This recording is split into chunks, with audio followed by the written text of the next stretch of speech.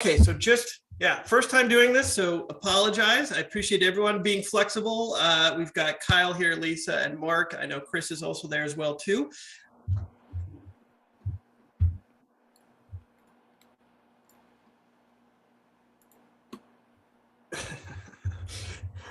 Okay.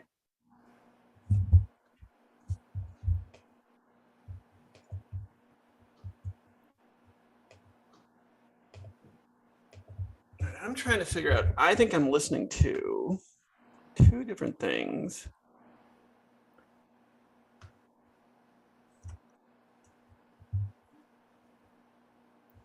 All right.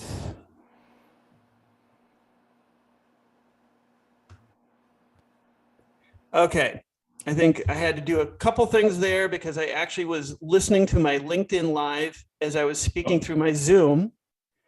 So I was having this odd discussion with you guys that on Zoom was in real time, but then I was hearing it with a 30-second delay. Oh my goodness. So I thought I was losing my mind for a second there. Oh my God. Okay. I think I got it all figured out. I think we are there. We are live. I think we are streaming. Chris, you got us there. So I'll just, at this point, we're recording. It is what it is. Let's go for it. We're going to make it work. We're diving into the deep end, folks. All right. Well, happy Friday to everybody. Again, I got Kyle. I can hear you loud and clear. Lisa, I got you loud and clear. Mark, I got you loud and clear. Chris, definitely loud and clear in there in the background. And welcome here to International Supply Chain Day recording. Super excited to have you all here. Here we are checking in year two. The whole point of today is really just for all of us to get together and talk about some of our unique observations around what's going on the march to circularity and 50% circular by the end of the decade. And I also want to kind of kick it off by telling everybody we've got a great panel here of industry experts and also global in participation, right? So we got a couple people in North America, we got Europe. The only thing we're missing here is Asia Pac, but that's probably a little bit hard on the timing for all this sort of stuff. So we've got Kyle Ritchie here out of Chicago. We've got Lisa Morales out of New York and Mark DeWitt out of the Netherlands. I think everybody can see them if you can on the live. And so I just want to start by thanking everyone for participating. I'm going to go through a little bit here and just say hi to each one of you individually, and then we'll kind of get into a group discussion around what's going on in International Supply Chain Day and each of your observations, and then kind of a free form. And if we're lucky enough with the live streaming, maybe we'll get some people from outside who might be tuning in to give us some Q&A or anything that's going on. So that'd be kind of fun. So I'm going to start with Lisa. But Lisa, I think this is you and I. This is our first time actually chatting in real time. I think we've known each other virtually forever. So thankful you and your partner Brian have founded Refashion. But would love to hear, if you don't mind, actually a little bit just about you, a little introduction, about you and what's going on with Refashion and what you've kind of been up to, because I think it's such an amazing story. Sure thing. Thank you. Thanks for having me. Refashioned is a reflection of basically my entire life's work.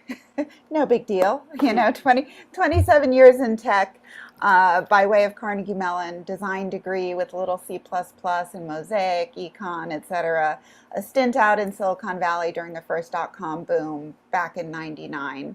And yes, I'm 12 or was 12 when I was, and I was fortunate enough to really cut my teeth in the Valley after helping scale a content management software company from 20 people to 150 in a year and exit, and really dove into data structures, taxonomy, scalable architecture. And when I went out to the Valley, I was lucky enough to work at a company that was spun out of Procter & Gamble and backed by P&G and Redpoint Ventures, pioneering the space of mass customization, personalization, and on-demand micro-manufacturing, one-of-one products across cosmetics, skincare, hair care, and fine fragrance, all the way back in 1999.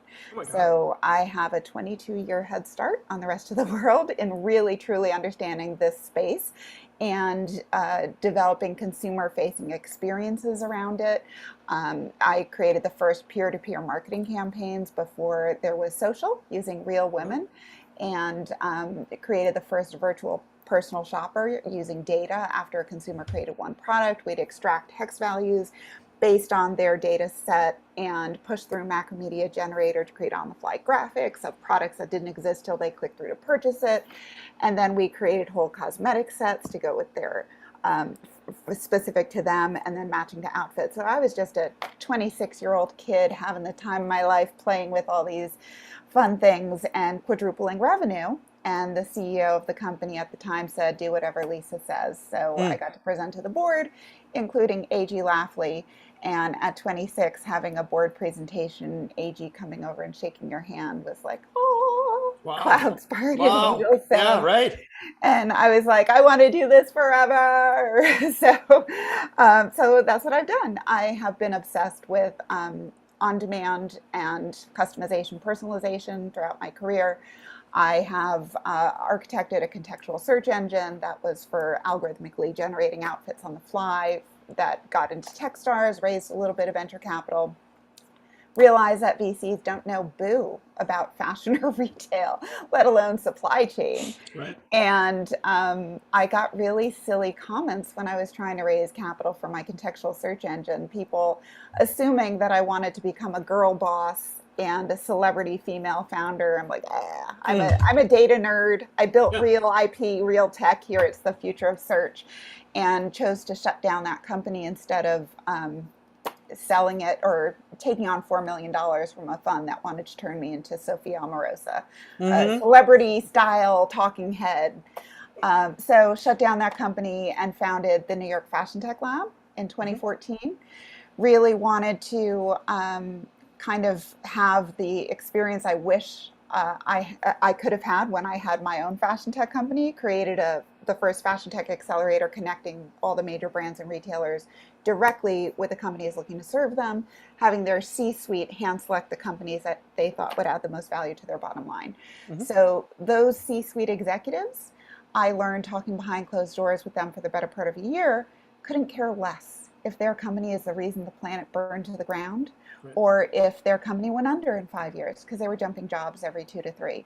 And I got angry.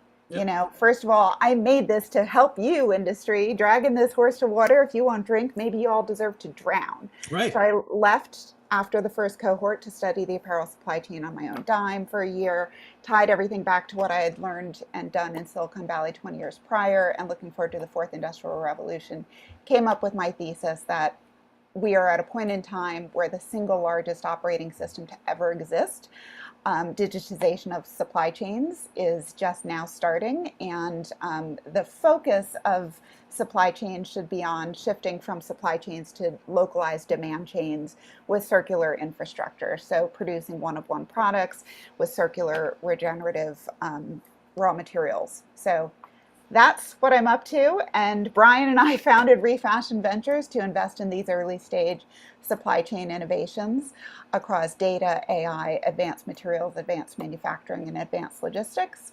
Three of those four things involve physical atoms, which VCs are like terrified of. But we are not going to decarbonize this planet with software alone.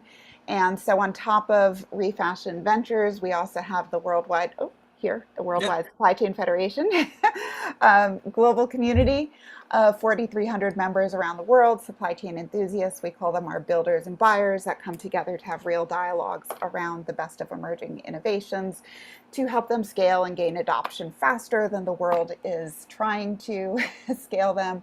And then I'm also CEO and founder of Refashioned OS, which is our operating company that is actually deploying made in the USA localized demand chains for apparel with on-demand production, basically connecting existing factories and helping them to digitize and adopt these best practices for on-demand with real-time through capacity load bearing across all of their infrastructure.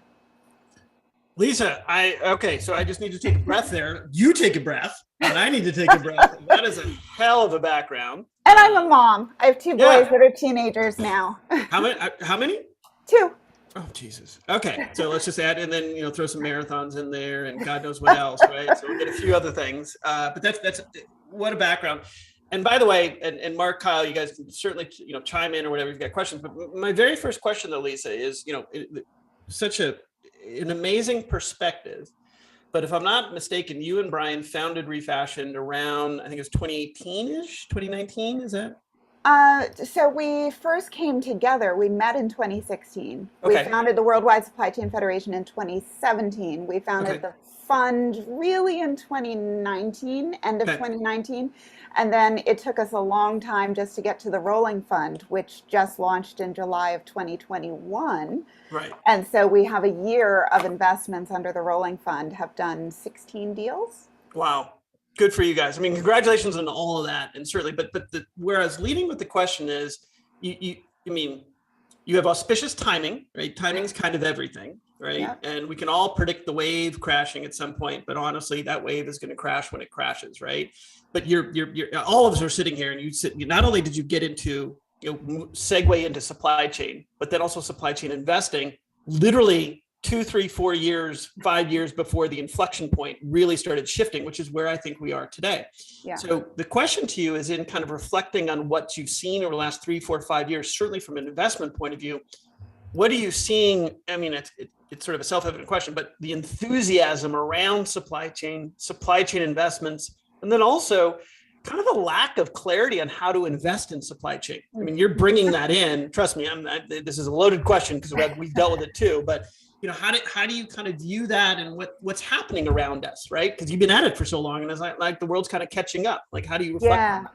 Yeah, I think it's great that we finally have other people paying attention to it, but it also is simultaneously like this shiny new object, like so many investment opportunities. People see the opportunity and then they run into it.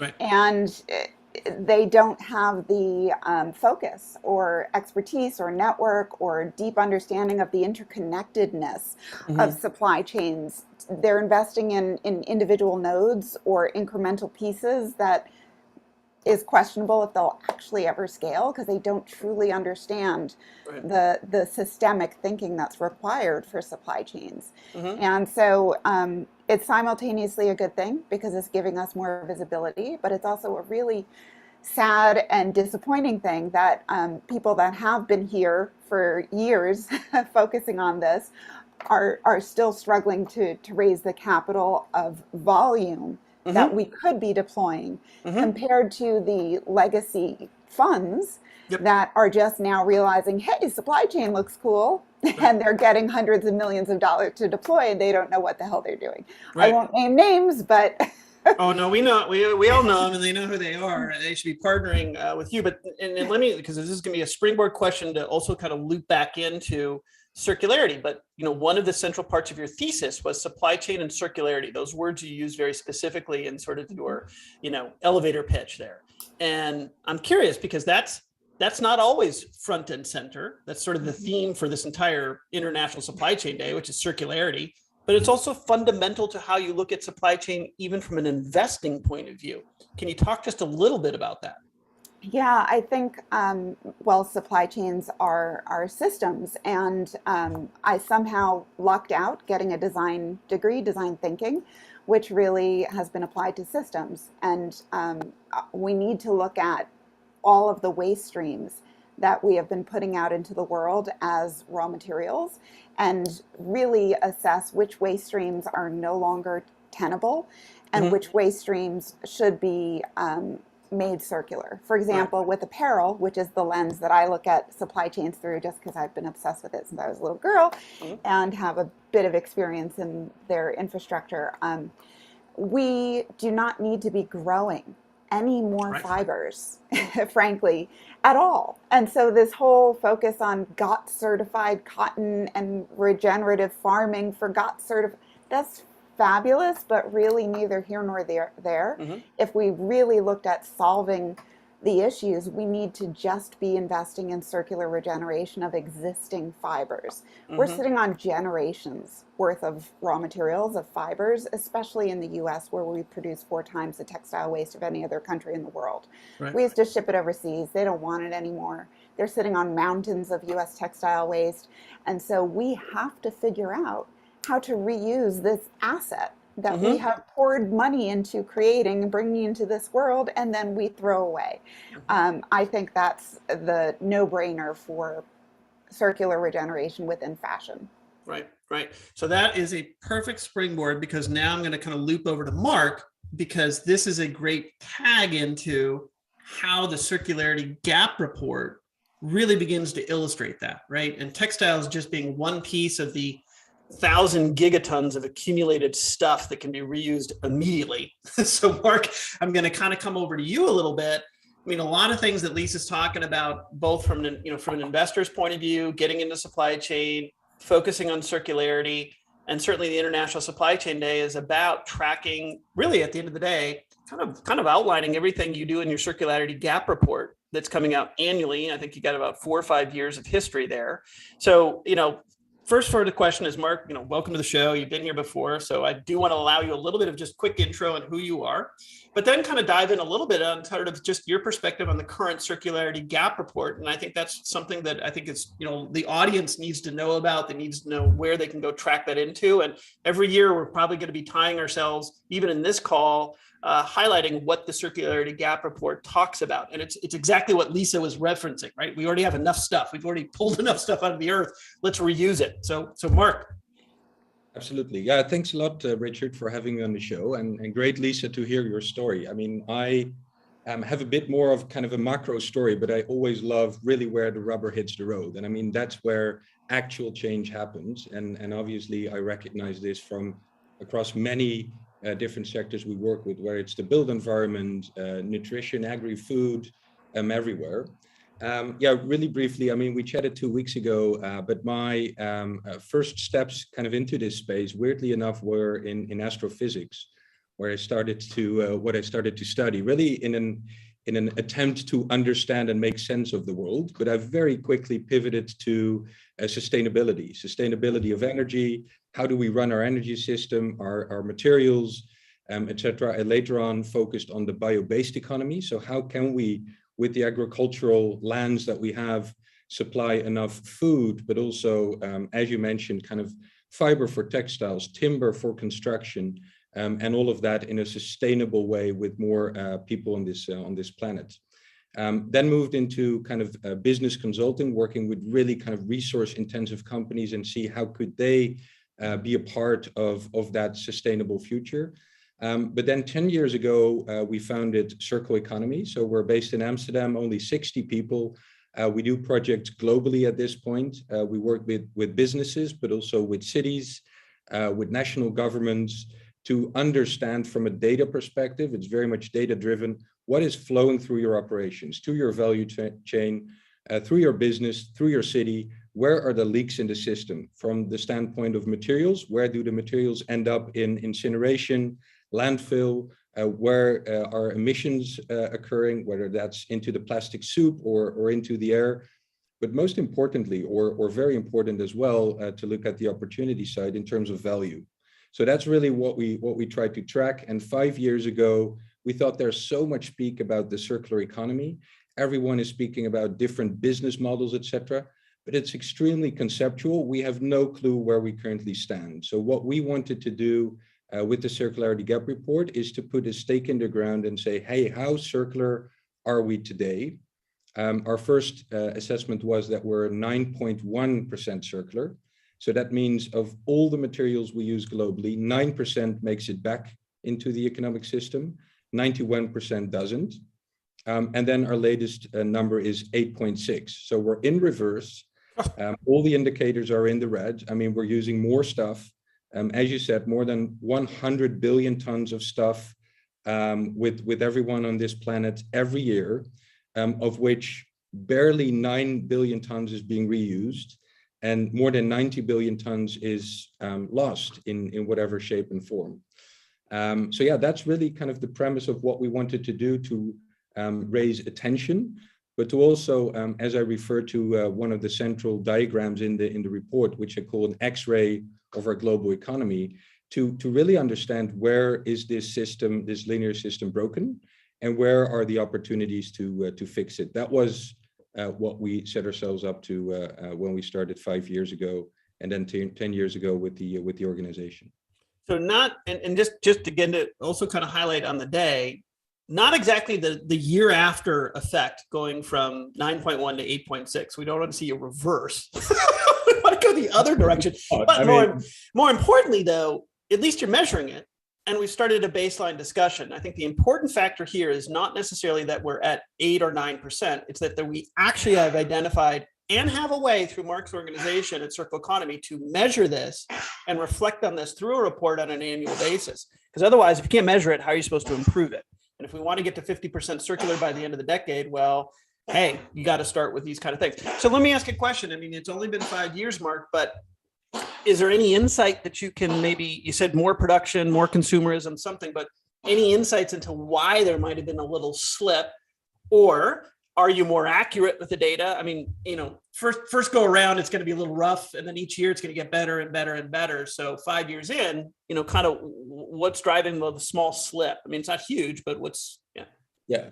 So, I mean, the data is not getting better. So on the global level, you're dependent on aggregations of 1 million different data points that are being aggregated by World Bank, by statistic bureaus, etc. It's to be honest, quite kind of shaky and intransparent data, but we wanted to work with the best data we could get our hands on. And I think actually that on a sectoral level, you see improvements to the quality of data, but definitely on the global level, we need to do it with the data that we have provided. But the slip is, I think, quite a robust insight, whether the data quality or not. And that has to do with the fact that we consume more and more. So if you just look in 2017, I think we used 92 billion tons of materials every year. Now it's 100 billion. So already in a matter of years, in 1900, it was 7 billion tons.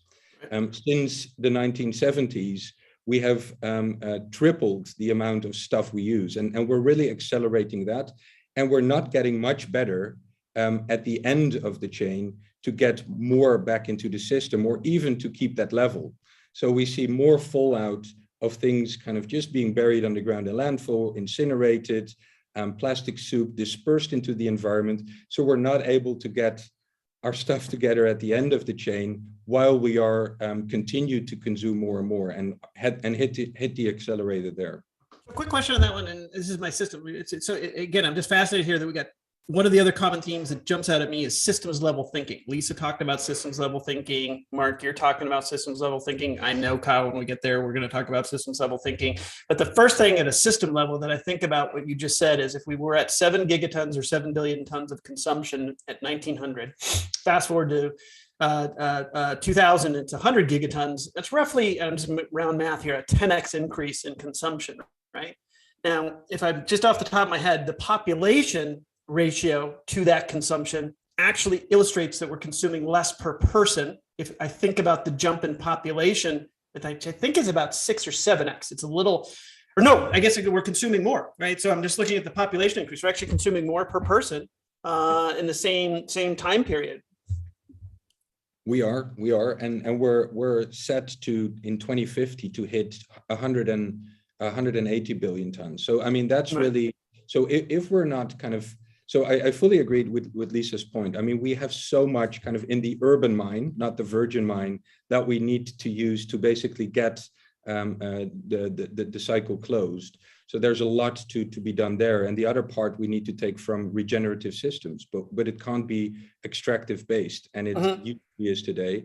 And we've actually perfected that model for the last 200 years. So it will also be, I mean, it's not an easy feat to change that system around, but that's.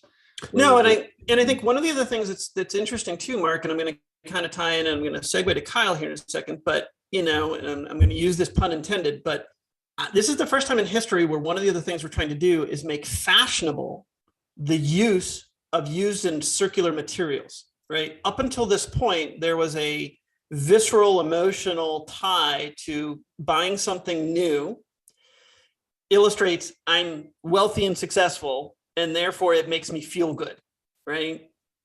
And I think that shift is changing. We're seeing it now kind of creep in, certainly with the sharing economy. That impact is very different now. Think about people who are now born into cars that aren't really owned anymore, and their thoughts around owning a car versus people who are like my age and older, who owning a car was all about feeling good about themselves. It had to be new, right? Buying a used car at one point in time was seen as like, ooh, that's bad, right? So I think there's also just a philosophical shift we're in the midst of that I think the world from a kind of marketing perspective is beginning to hear, because you're seeing brands now launch with the idea around circularity, around sustainability, around that's not happened before.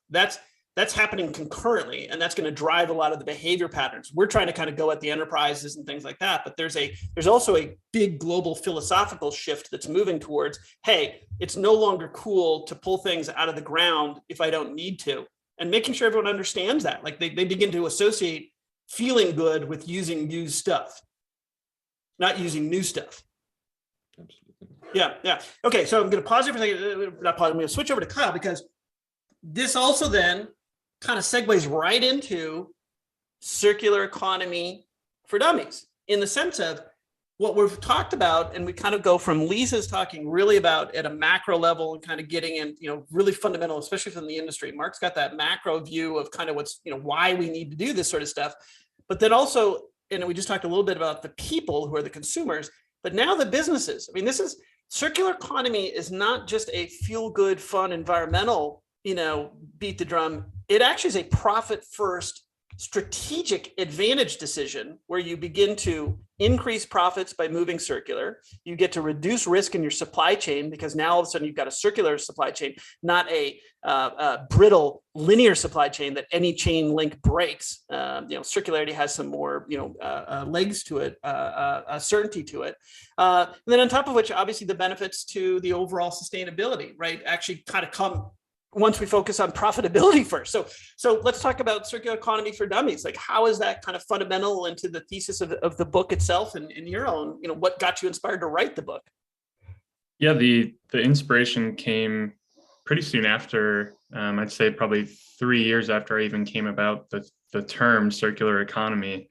I was desperately looking for some sort of framework that wasn't just sort of limiting itself to what we all know is sustainable, breaking even, essentially. If we've been doing such harm to the environment and global supply chain for how long now, clearly we have to go to the opposite end of the spectrum, not just sit in the middle of it, if we're ever going to sort of offset all of the negative influence that we've had. So from coming across the circular economy, I was like, oh my gosh, this is it. This is that regenerative framework that looks to eliminate waste and keep things in circulation. And just by doing that, you can allow the natural environment to regenerate itself. And that's what sustainability in my mind was always missing. I work in the architecture and construction industry. So, we're building the equivalent of New York City every 5 weeks.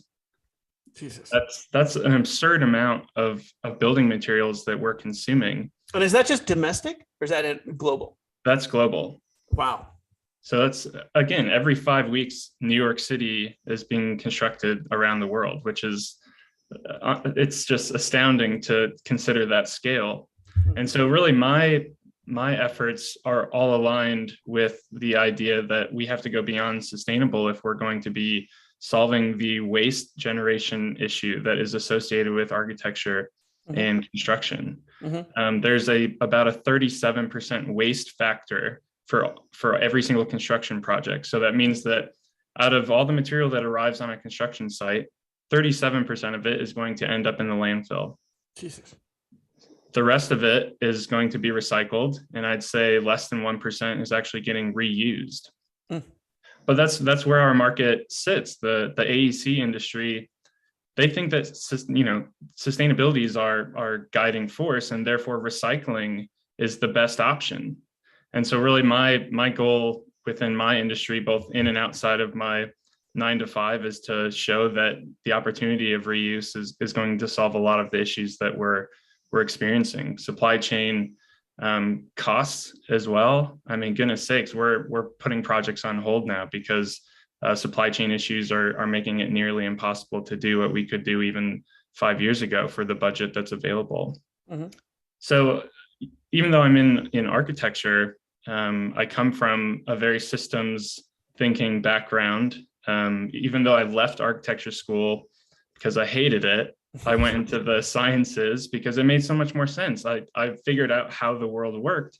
And from that, once you get to understand how supply chain and system thinking can be organized and designed, then you can look at fashion, you can look at architecture, you can look at technology, pretty much any different market you want to focus on. And it's really the same language, different materials, same language. And so that's what the Circular Economy for Dummies was really all about, is me taking time and assessing these different markets, making it a very digestible message. Circular Economy for Dummies is not supposed to be a textbook. It's supposed to be very approachable. Each chapter is very independent, and you're supposed to write as if you're explaining it to your in-laws. So you have to be a little easy with the details, but you also want to, make it enjoyable and digestible. So Circular Economy for Dummies was my attempt to essentially assess where each market is, what their goals should be, and then what steps need to happen in between to make all of that happen. Right. So yeah, it was a great project, and it happened during the pandemic when I had nothing to do. So I was like, all right, this is perfect timing. So yeah, it went really well, and it's been out for just over a year now. It came out in April of last year. Well, A, congratulations. B, the timing, like everyone here on this call, seems to be very auspicious, and chance favors the prepared, as they like to say, right? But in this case, though, I want to focus on a couple things. One is, the Circular Economy for Dummies, you wrote it, but it's got a life to it, right? And the book itself is going to have different, not improvements is the wrong word. When you do the additions or the updates or whatever, like even Dan Stanton, who wrote, Supply Chain Management for Dummies, right? And he's a friend and family of everyone on here, and we all know Dan. He's awesome, Mr. Supply Chain. Shout out to Dan, by the way, if he's listening. But my point is, he's just updating his book, I think, the second or third time now, right? Right. And so I think circular economy, based on this whole phone call, over this next decade, you're going to see even, I imagine in your own head, you're saying a year or two from now, how am I going to update this? What's the new chapter? How am I going to tweak some things? And I go back to what's fundamental in the title is the economy, right? You're looking at a system level of the global economy. Mark's organization has that view of the entire supply chain through the data and the infographic that they have created, right? Lisa's investing to drive that innovation, into that supply chain.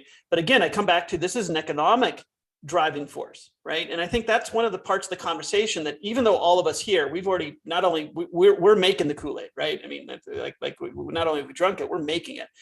But why has the world picked up on this economic benefit of circularity? Like, that's the one that I just beat my head against the wall going, the answer is right in front of us, folks. Like, it's staring us in the face, yet we're all chasing around. Like Lisa said, we got the irrational exuberance. We heard supply chain's cool, so we're jumping into the deep end without our ducky waders. We're sinking to the bottom, right? Like, what the hell is going on, right? Because we're grasping at these weights, like, decarbonization, which that's awesome. But hey, it's much easier if I focus just on circularity. Decarbonization will come. And oh, by the way, why don't I focus on profit first? I mean, companies, this is an easy win. I mean, like, let's look at the car industry. Let's look at, Mercedes, when they did the recertified, Mercedes. That broke the model on selling cars, showed all the automobile manufacturers that they could get in and double dip on selling their car a couple times. It was a profit first decision, right?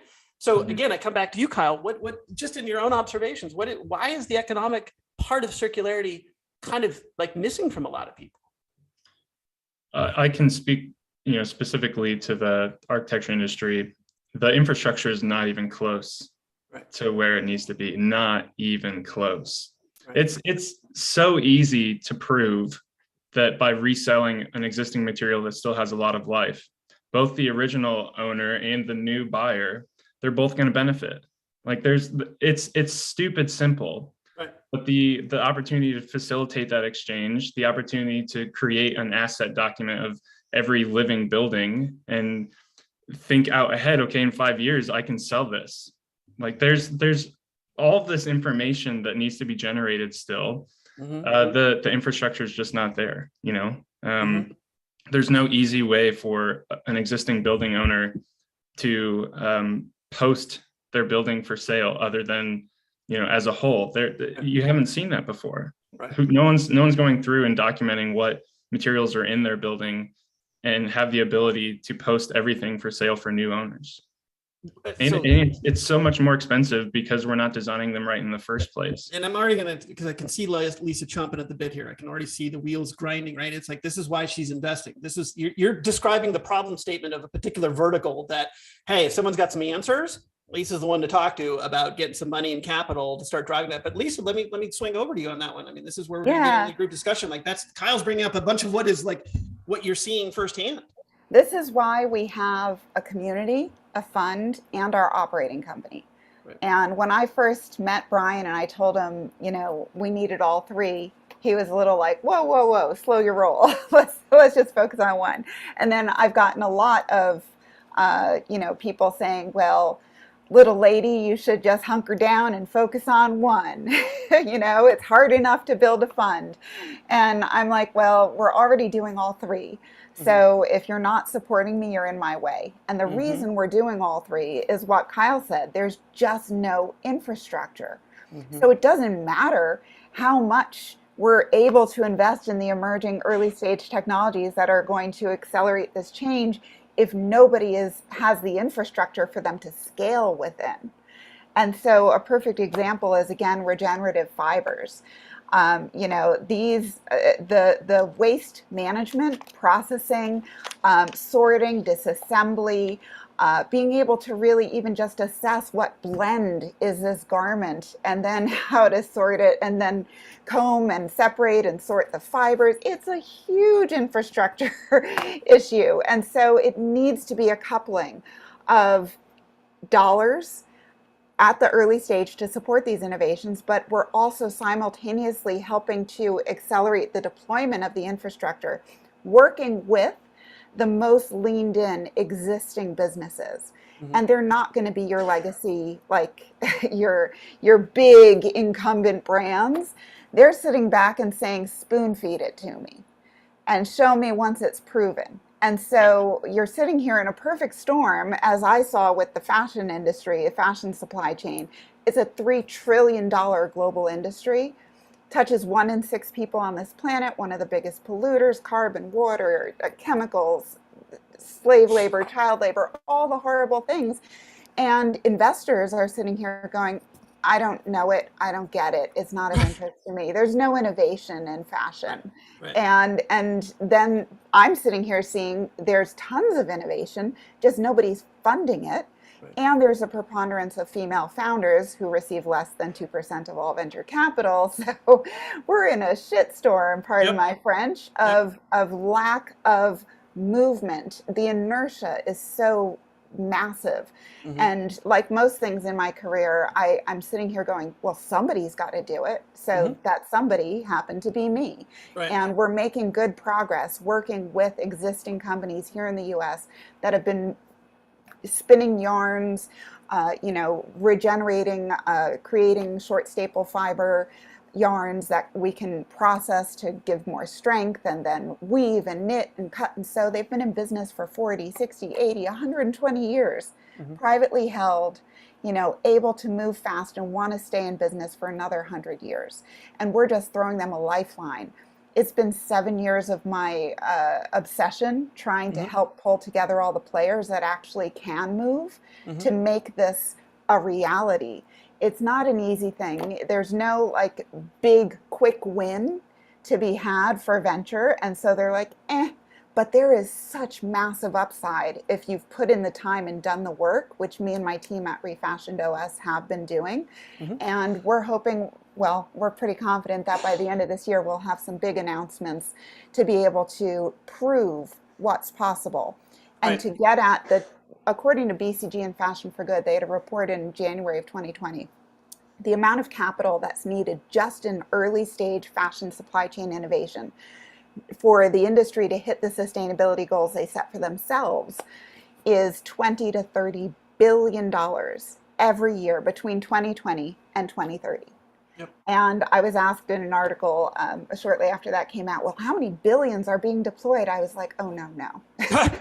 It's maybe hundreds of millions. Too many zeros, right? Like dollars are being deployed. Maybe hundreds of millions. And I know personally all the people around the globe that are deploying in this space. So if you want to hear something really terrifying, speaking of shiny objects, the metaverse and digital fashion just in 2021, I believe, had 30 billion in capital deployed into it.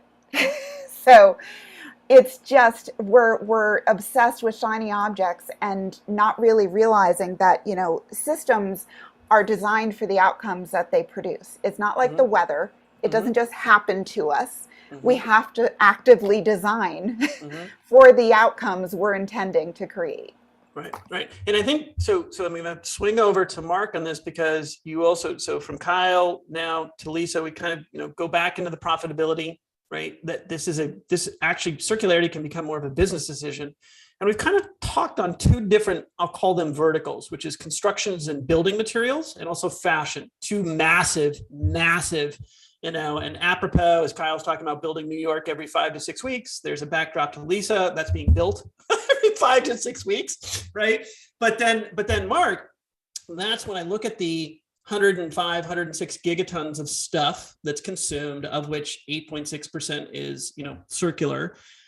There's this accumulation of nearly 1,000 gigatons of unused, whatever we call them, building construction style. And I think fashion's in there. So my question to you, Mark, is, I think we've hit two of the biggest opportunities for circularity. I mean, the whole supply chain is circular. So construction and fashion.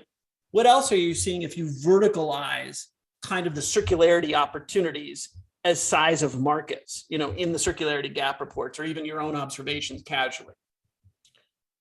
Right. Maybe I can start also with, I mean, the point you made, Lisa, in terms of basically you single-handedly try to connect all of these dots. And what we have been doing a lot as well is work with the financial sector. So from VC, private equity, but also with banks. And I think obviously that whole system is, if any system, just designed to keep the linear economy in the saddle. So what we've tried to do is really to work with startup organizations, with banks, with kind of the risk departments, et cetera, and really give them a real sense of, these are the organizations we're talking about that are really kind of the next level organization shaping this circular economy. But they're small, they need to be scaled up. And I think you're doing an amazing job, Lisa, in supporting those organizations. But unless we can mainstream that, and unless we can get kind of these huge volumes of investment vehicles and bigger banks just understand it, appreciate it, change their systems accordingly, we're nowhere, because then we basically need to replicate you, Lisa, a million times. But we need to mainstream that. And that has been a real big focus of ours to look at. The other one, which may be a little bit less sexy, is kind of tax system. There is a big change here in Europe in terms of, we need to tax labor less and materials more, so that you can design into your fiscal system, just into your economy, that it is rewarded to repair instead of discard. So that's, I think, a big lever. Privately owned kind of financial industry needs to reward this. Fiscal regimes can change. In Europe, quite recently, there was a ban on landfill. And I think other parts in the globe, that's really a far way from that. But those are just kind of incentives that are really kind of driving this system. In terms of volumes, there is so much, as I said, in the urban mine rather than the virgin mine that we need to tap into. How much exactly? You indeed mentioned the accrued 1,000 billion tons of stuff that we just have lying around in our landfills. In an average landfill, there's more gold than in a gold mine. So there's just value to be had out of that. But we just need to be able to extract it, get it out, and really change some of these fundamental systems. And maybe the last thing to say was on your behavioral change and the sets of values. The hope I have is, and you mentioned, Lisa, with your teenage daughters, mine is 7 years old, but you see that their sets of values couldn't be more different than my parents. I feel that I'm stuck maybe a little bit in between, but definitely kind of the new generation that's coming, they will value such different things. So that's, I think, the hope you can have in terms of really driving that system and accelerating that. So Mark, and I'm going to connect also with Lisa a little bit. This is something, and it's a bit anathema to my own like soul to say regulation. So let me just start by saying that it's a little difficult for me. It's even difficult for me to enunciate those words. Government involvement. Right. Okay. I'm just going to say that freely disclosed. I'm fully transparent. But that said, what you mentioned, Mark, is maybe, and not taxes, but maybe there's a credit to enterprises that they could receive if they can prove circularity principles. So again, just top of mind as you were talking through that, I'm a Fortune 2000 company. Now all of a sudden I get a tax relief to show progress in my circularity in my supply chain. I mean, you want to talk about instantaneous circularity? There you go, right? So that then leads to, well, then how do you measure and demonstrate that? Well, you need some sort of circularity ratio, right? Around what am I buying that's new stuff versus what am I buying that's truly circular, right? And that number today, let's just say it's 100%, I'm consuming stuff out of the ground, but eventually I'd like that to be 50-50 or even 90-10 circular versus new stuff, right? So I'm going to come back to you, Mark, on that one is, how are you guys seeing the use of any kind of metric that we can actually use, right? That like a miles per gallon, like some sort of circularity ratio that's easy and simple and people can rally around it. And then where do you guys come in? Because you are at the policy level, right? You guys are interacting with the UN, with the World Economic Forum. Your CEO Martin was just in Davos talking about circularity from the circular economy point of view. How do you guys influence maybe that type of thing? So it's a common sense. I mean, Jesus, I can't believe I'm saying this. Common sense regulation, even though that's hard for me to say, but it actually makes sense. Like, where are you guys on that, Mark? Yeah. Well, I mean, as I mentioned, so the global report is putting a metric on our global economy, but we have been translating that to a business, a value chain, a city, a country. And I think that's really where it becomes very interesting. And it's actually not just one metric, but a whole set of metrics that starts to calculate kind of what is your circularity of your inflow versus what is kind of the circularity of your outflow. How can you measure that? How can you also kind of set targets just on the business level in terms of keeping yourself accountable, but also seeing where to invest, how to prioritize? We were talking to a waste processing company today, and they have no clue. I mean, they basically go from one opportunity to the other, but they don't really have a sense because they can't measure and therefore they can't track. So we have been implementing that in the last 2 years. We're part, indeed, as you mentioned, of some of these international fora like the Circular Economy Indicator Coalition, where we try to shape these sets of indicators for specific industries with the idea to just kind of engage in target setting and measuring progress. Got it. And that's a perfect kind of like, again, jumping point over to Kyle, which again, we've kind of, Mark brings up, again, measurements and things like that, but also references the technology world, right? That's sort of my former world as a big kind of user need for circularity. We're seeing all these data center designs, trying to get into circular hardware equipment. I mean, I can go off and off and off on that one.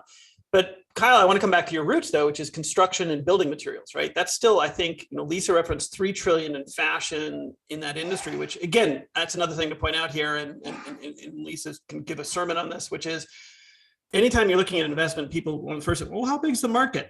If you're looking at anything supply chain, it's $1 trillion market. Like that's the other thing that blows my mind, right? Like it's not billions, it's like 20 billion, whatever. Right? I mean, we're dealing with trillions, right? This is the world economy we're talking about at a supply chain level. So let me come back to construction. I still think that's the largest market segment within the world economy today. And Kyle, you probably know this. And, again, if we're building New York every 5 to 6 weeks, how do you see circularity, right? First of all, how big is the market from your perspective? And then secondly, where is it today on that kind of timeline of moving into circular? Because you're trying to push that right now. You're trying to get this like cement has got great carbon scoring for whatever reason. I don't know why the cement industry, but they become the carbon scorers of the experts. But the building materials themselves, like you said, like reusing, for example, I've talked about carpet or just the steel or whatever. So first question, how big is the construction world from your perspective, right? Because I think it's huge. And then secondly, talk a little bit about the specifics that you're seeing today that are kind of catalyze that circularity. Yeah, the specific dollar value tied to the industry, I have no idea, to be honest. I'll write that one down to go look up. Well, the after. world economy, just to put it in perspective, if you measured it by GDP, is about $100 trillion, give or take, right? So that's sort of your baseline, right? So Right. anything off that 100 trillion is a segment of it. So if Lisa's talking about fashion at 3, roughly speaking, which still sounds huge, that's only 3% of the world economy.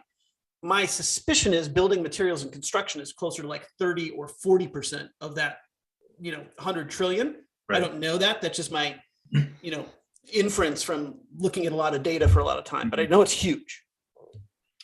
Yeah, without a doubt, it's massive, and it's like I mentioned earlier, it's growing steadily every single year. And to maybe no one's surprise, it'll actually be the southern hemisphere that has the most growth in terms of the built environment in the next 50 years, more so than the northern hemisphere. And because of that, you're thinking South America, Africa, and then a lot of the sort of the Southeastern Asian, South China. Yep. Right. And so that was kind of a surprise to me. And so I'm still figuring out all of these projections of the future. But when it comes to me doing the best I can to incorporate circular principles into our processes, the first I always call it the phase out phase, because we need to begin addressing which materials are no longer allowed to play the game. Like we're still using concrete on every single building, but it's the worst as it relates to embodied carbon. There's no next use for concrete once it's been demolished. You can maybe break it down and use it into gravel or whatever, but it's nothing valuable. There's no upcycling concrete. So the phase out phase, when I'm talking with our internal design teams as well as the owners, is okay, what materials actually make sense? And there's the whole debate about embodied carbon. I always like to include the variable of time, because when we look at embodied carbon and we do life cycle analyses and we're comparing building materials, we don't ever see over time. It's always in its innate place, this very minute, how much energy has gone in to create this. But we don't ever look at the potential offset by choosing a durable material, even if it has a higher embodied carbon content than something that like mass timber, which is a relatively durable structural material.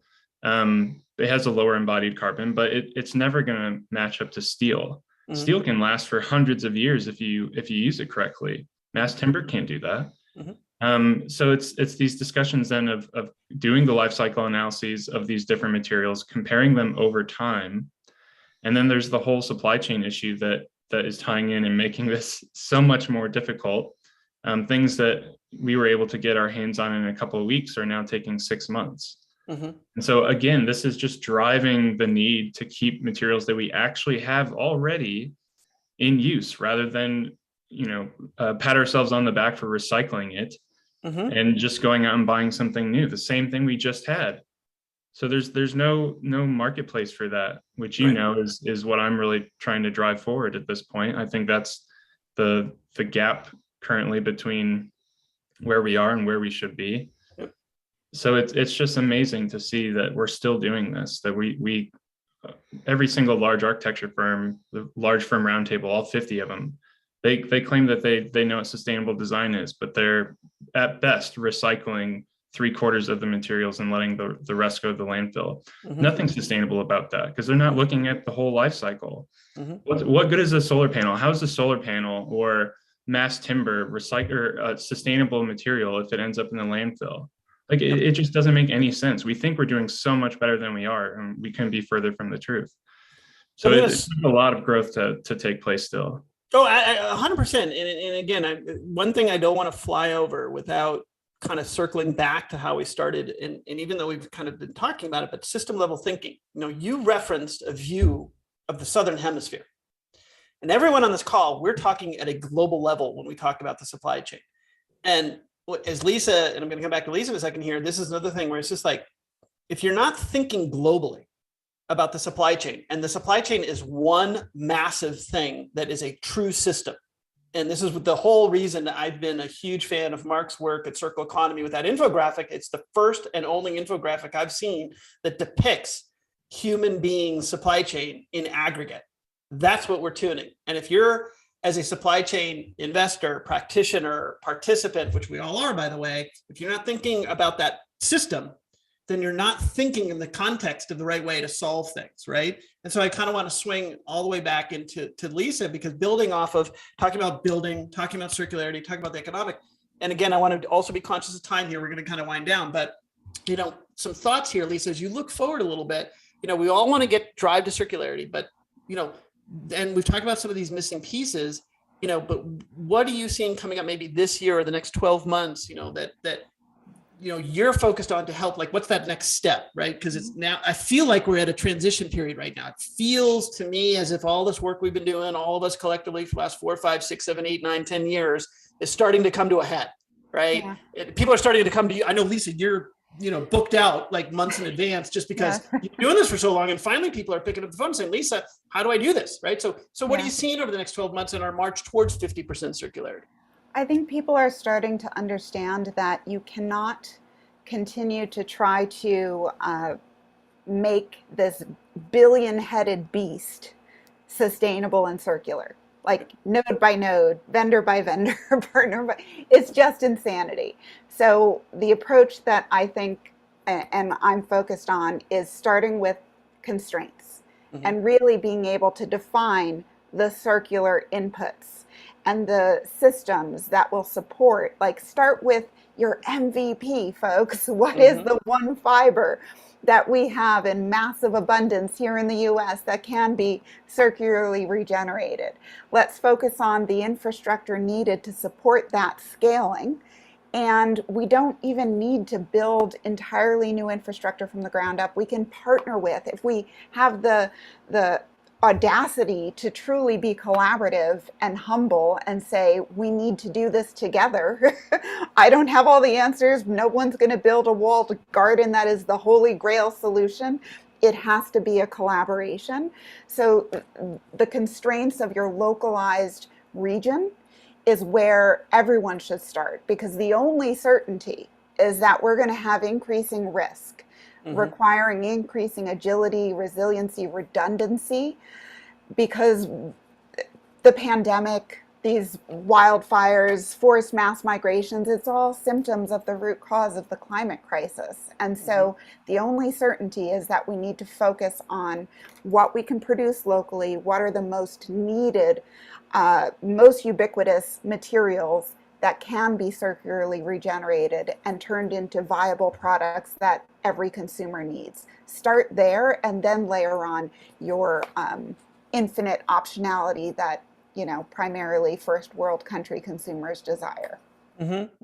So, and I'm going to, again, conscious time here, so I'm going to kind of sort of wind things down a bit, but like swinging over to you, Mark. I mean, Lisa brings up a ton of points here around what you guys are kind of tracking. I mean, I feel like the circle economy, your group in particular, really is starting to kind of come to the forefront as far as tracking data. That circularity gap report is going to help illustrate this. How does the circularity gap report evolve, kind of to Lisa's point, to help frame up the macro, which is here we are in the 8.6 and we want to get to 50%, but then on the micro, which is to Lisa's point, is where a lot of the solutions are going to actually come from. Because if you try to tune the whole system at once, that's probably too big of a pill to swallow.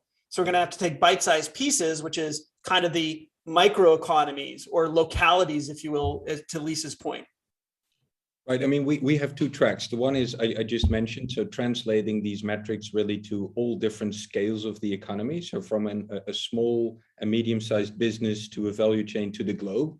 And the other one is also to leverage digital technology in terms of sourcing more of these data points that we require to get better quality data, which will provide kind of better insights on where to steer and where to correct for. So those would be kind of the two leverage points I would mention. Translate it to every different level and leverage digital technology to get better at it and more kind of agile to see where to respond and where to fix. And there's also another point, sorry, but Lisa, you just pumped in my head here, but something else that Lisa also talks about that I think is fundamental to all of us achieving this goal, which is collaboration, openness, transparency, right? We're in a different world, and businesses need to understand that the world of the scarcity model is dead. right? We are in a world of abundance. We are in a universe of abundance, right? And circularity actually allows us to go in that direction, right? And in fact, the industries and businesses that are succeeding, and I can't prove this, anecdotally over the last 10 to 20 years, are the ones who've embraced collaboration, right? Versus the kill or be killed. I'm going to keep everything private. I'm never going to talk to anybody. And everything I speak about in my company is a top secret and, blah, blah, blah, blah. We can't do that. We can't do that collectively, right? And so there's a business shift philosophically in the conversations around collaboration that I think is so important. And we don't talk enough about that, right? This is not going to be one by one company, right? This is a collaboration. It's all of us. It's all of our supply chain, right? So I'm going to again, I want to wind down here, but Mark, is that, as you think about that, maybe there's a third leg to the stool, right? Which is not just circularity as far as the macro and the micro, but then what are the kind of philosophical shifts emotionally? Circularity's got to be cool, right? Businesses need to collaborate. How do you lay out the tapestry of what the environment needs to be, almost in a collaboration kind of manifesto, right? Because we won't get to the ones you're talking about unless there's collaboration. Right. No, absolutely essential, that point of collaboration. And I fully agree with you that anecdotally, you see that the ones that are really successful are the ones that are best able to do that. Maybe pointing out one thing, and that's, and I think I mentioned this 2 weeks ago with you, Richard, that some companies may be quite circular and are not aware that they are. I mentioned Spotify often in that example, that have really dematerialized kind of listening to music, not having kind of racks full of CDs, et cetera, that you need to lug around, produce, et cetera. So you provide a better product that's less material intensive. And I think we really should embrace also marketeers. Actually, I just came from an event with how can designers be part of this change? And they're crucial, whether they're fashion designers, product designers, all of those. So really the power of marketing, but also good product and service design is absolutely essential to make this transition as well. And I think that also touches on that point of collaboration. Absolutely. And that's going to lead me right to Kyle. And I'm going to allow you to kind of wind things up here a little bit. A lot of fodder here for the updates to the book, right? Circular Economy for Dummies. You got some experts in here that are going to be relied upon. These are all the players, amongst others, that are out there kind of doing this stuff. But even for you looking forward, right? How do you, or take what you've kind of experienced with the current book and then look forward? What are you thinking about in the context of circular economy for dummies, right? Like, how is that conversation going to evolve over the next 12 to 24 months, right? Because I think you're also you're at the foundational level, priming the pump, so to speak, for some other advanced conversations. But the whole point is everyone should read this book and just go, yeah, I get it at a basic level. But then eventually people are going to come back to you like, okay, Kyle, what's next? Right? What's next on what's the next chapter? How do I achieve this? How do I get profitability? How do I work with, Lisa in Refashion and get funded so that I can get my technology into this thing to make those changes? Like, what are you envisioning in the next 12 months as far as the economy? You've touched on the key point that I think would really be at the heart of any update that I made to the book. Our goal when writing it was really to give examples, as many examples as possible. We spoke with hundreds of companies, anywhere from Intel to the first circular retailer, fashion retailer, Borrow Baby, in the US. So a whole range of companies. And we did our best to just provide as many as examples as humanly possible, low-hanging fruit of here's a way you can simply adjust the way you function as a company and begin harnessing the power of what is the circular economy. So I think the next level is really evolving beyond that simple format of making it digestible and easy and not overwhelming to switch business structure altogether, into how do you make it happen? Mm-hmm. I think tying in with the financing options, the government incentives, or the fines that come with you not being circular, like the state of New York and the state of Massachusetts often offer carbon penalties now for buildings and their emissions, and I very much see something similar happen as it relates to the embodied carbon of your buildings. So I think it gets down to rather up to a bigger scale, I think would be the next evolution of the book. Instead of individual examples, sort of that bird's eye view of the larger network at play, and sort of what levers need to be pulled and when. Well, I'm gonna great ending point. We're a little bit bleeding over.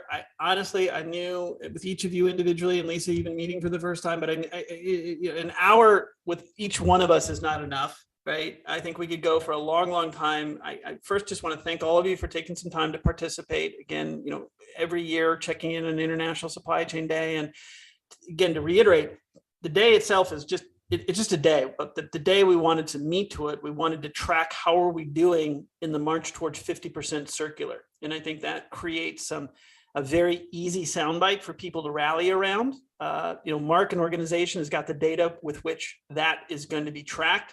I think Lisa, represents not only in investing, but also a thought leader that's kind of the new generation of, not even new generation, but really, thinking long about supply chain, which again, as a Silicon Valley X, I can, agree with you 100%. Like the investment world and the private equity world don't really understand supply chain, because it kind of is, it's a little bit more private equity in the way it feels and looks, but it requires a venture capital mindset to actually invest in early stage, pre-seed stage kind of stuff. And then Kyle, of course, coming along and putting a book together that really says this is an economic force, right? Circularity is an economic force. I think that's a key point to transition the conversation from a feel good, environmentalist kind of thing, which is, there's nothing wrong with that. But really, this is economics first, folks, right? Like if we were to impress your board with one thing, circularity is not a frilly fun feeling. It's actually a strategic initiative that drives profitability and de-risks your company, right? And if you're not speaking that at the board level, you're missing out on that one. So, and again, kind of coming around, making sure that we check in with everybody. This has obviously been live. We're going to post this podcast up in a few days. Of course, everyone can have access to it and do all that. But again, it's been awesome, a pleasure, an honor to have all of you here. It's really great that we all stay in touch. So we'll just keep staying in touch. We'll keep collaborating, keep the conversation going. And hopefully this also stimulates, even amongst all of us here, some individual things that might happen, right? I already see Mark and Lisa. I can see some data exchanges, some investment things going on there. I can see some data from, and a chapter about investing in supply chain technologies in an updated book with Kyle and Lisa participating. So really awesome. Thanks everyone so much. Amazing. Thank you for having me.